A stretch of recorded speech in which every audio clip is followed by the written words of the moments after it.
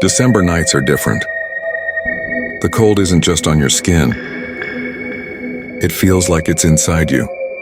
The roads go quiet, the air gets heavier, and sounds travel farther than they should. Across the United States, there are nights every winter when people vanish without a sound.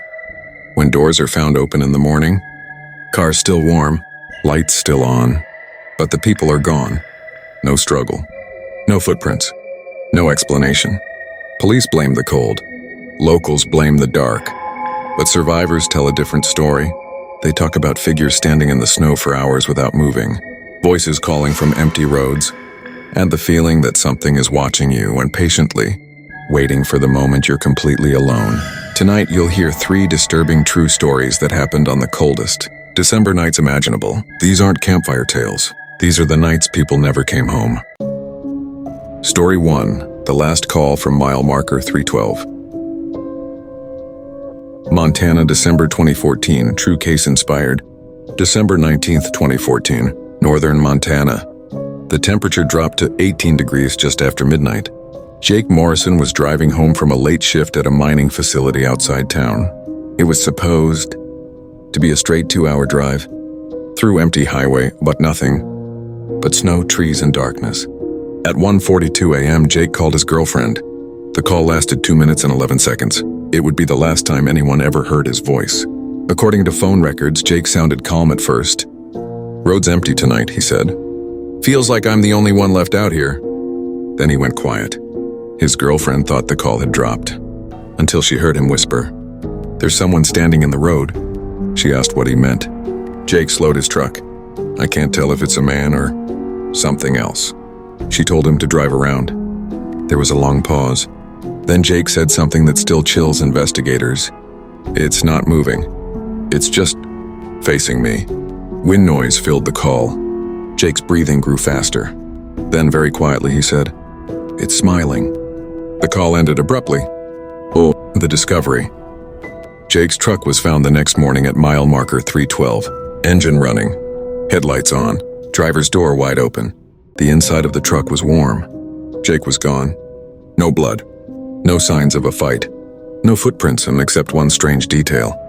There were no footprints leading away from the truck, but there were deep impressions in the snow leading toward it, as if something had walked to the road and never left.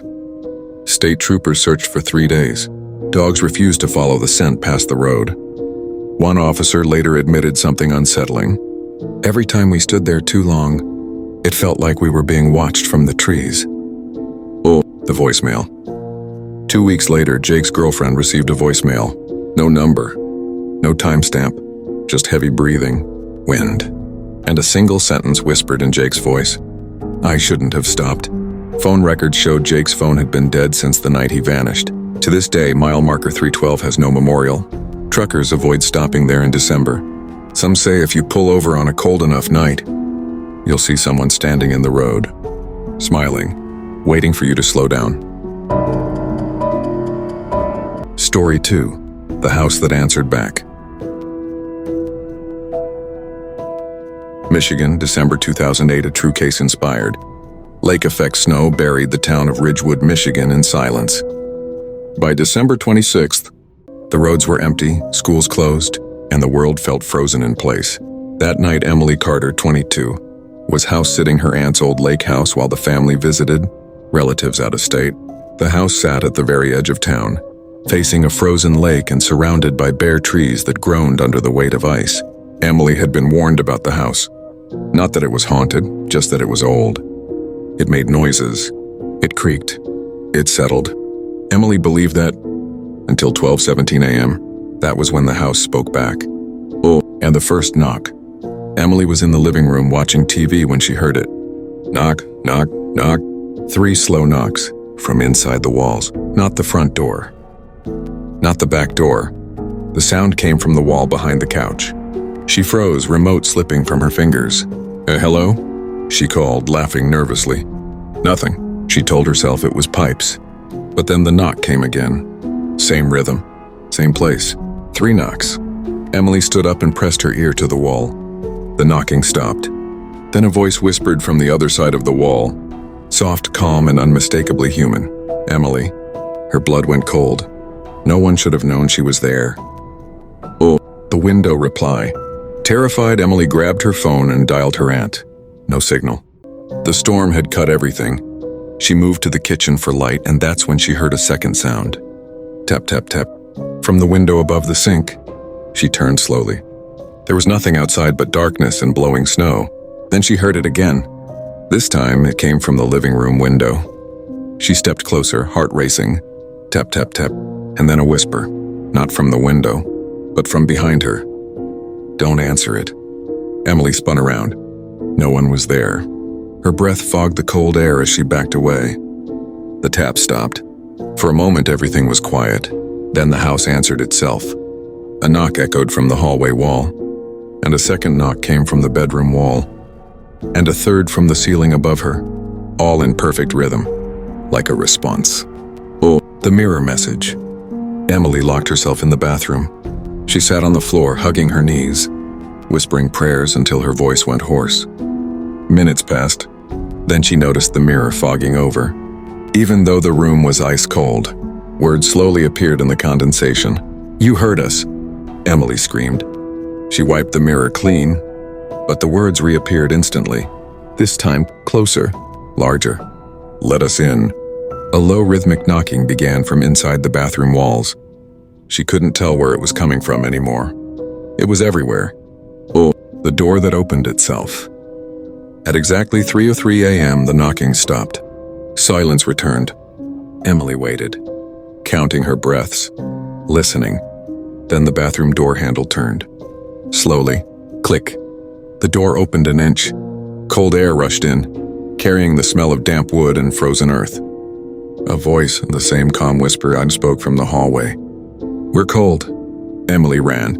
She bolted out the front door barefoot into the snow, screaming for help. Neighbors found her minutes later, half frozen and hysterical. Police searched the house. They found nothing. No forced entry, no damage, no explanation. But when Emily's aunt returned days later, she found something carved into the inside of the living room wall. 3 sets of tally marks, each set marked with a date. December 24th, December 25th, December 26th. The house has been empty ever since. Locals say on cold December nights you can still hear knocking from inside, even though no one lives there. Story 3. The Frozen Passenger. Alaska Highway, December 2016. True case inspired. December nights in Alaska don't feel empty. They feel occupied. The darkness presses in from every direction, and the cold is so sharp it burns your lungs. Locals say if you're alone long enough out there, something eventually notices. On December 14th, 2016, Mark Holloway, a long-haul truck driver, was hauling freight south along a remote stretch of the Alaska Highway. The temperature had dropped to 31 degrees Celsius, and the radio was nothing but static. At 2:08 a.m., Mark saw someone standing on the shoulder of the road. No coat, no hat, no gloves, just a man. Still, Mark slowed instinctively. He later said he couldn't explain why he stopped, only that it felt wrong not to. The man raised one hand slowly, thumb out, hitchhiking. Oh, the pickup. Mark rolled down his window an inch. "You all right out here?" he called. The man nodded. No breath fog, no shivering, no movement besides the nod. Mark hesitated, then unlocked the door. The man climbed in. Cold flooded the cab instantly like a freezer door opening. The windshield frosted at the edges. The man didn't thank him, didn't speak, didn't even look at Mark. He just sat there, staring straight ahead. Mark tried the radio. Static. Tried again. Nothing. He cleared his throat. "Where you headed?" The man turned his head slowly. His face was pale, almost translucent, and his lips were blue. His eyes were glassy, unfocused. "Home," he said. His voice sounded wrong, too hollow, like it came from far away. Oh, the temperature dropped. Within minutes, Mark's breath was fogging inside the cab. The heater was blasting, but the temperature gauge on the dashboard began to drop. Then Mark noticed something worse. The man's clothes weren't wet from snow. They were frozen solid. Ice crystals clung to the fabric, cracking softly every time he moved. Mark glanced at the man's boots. There were no soles, just frozen feet. Bah! Mark's heart slammed into his chest. You said home, Mark whispered. Where's that? The man smiled, slowly. Not here. Oh, the reflection. Mark glanced at the rearview mirror and nearly lost control of the truck. The passenger seat was empty, but he could feel the man beside him. Cold, heavy, present. Mark slammed the brakes. The truck skidded sideways, coming to a violent stop. He turned to the passenger seat. The man was there again, closer now, his face inches from Mark's. Ice crackled across his skin. You stopped, the man said softly. Oh, the truth. Mark screamed and threw open the door, falling into the snow. He scrambled away, gasping, his lungs burning. When he looked back, the passenger door was still closed. The cab was empty. No Frost, no man, no sign anyone had ever been there. State troopers found Mark wandering the highway hours later, suffering from hypothermia and shock. When they inspected his truck, they found something lodged beneath the passenger seat. A frozen driver's license. The photo matched the man Mark described. The name belonged to Elliot Rains, reported missing 3 days earlier after his car broke down along that same stretch of road. The cause of death was listed as exposure. Mark never drove that route again, and truckers say that during the coldest December nights, a man still stands on the shoulder of the Alaska highway, thumb out, waiting. If you stop, you might not come back alone. Oh, if these cold December stories unsettled you, imagine how many never get told. Subscribe for more true disturbing night stories, and comment below which one scared you the most. Your interaction helps these stories reach others who love real horror, and helps keep these warnings alive. Because some nights, the cold isn't what kills you,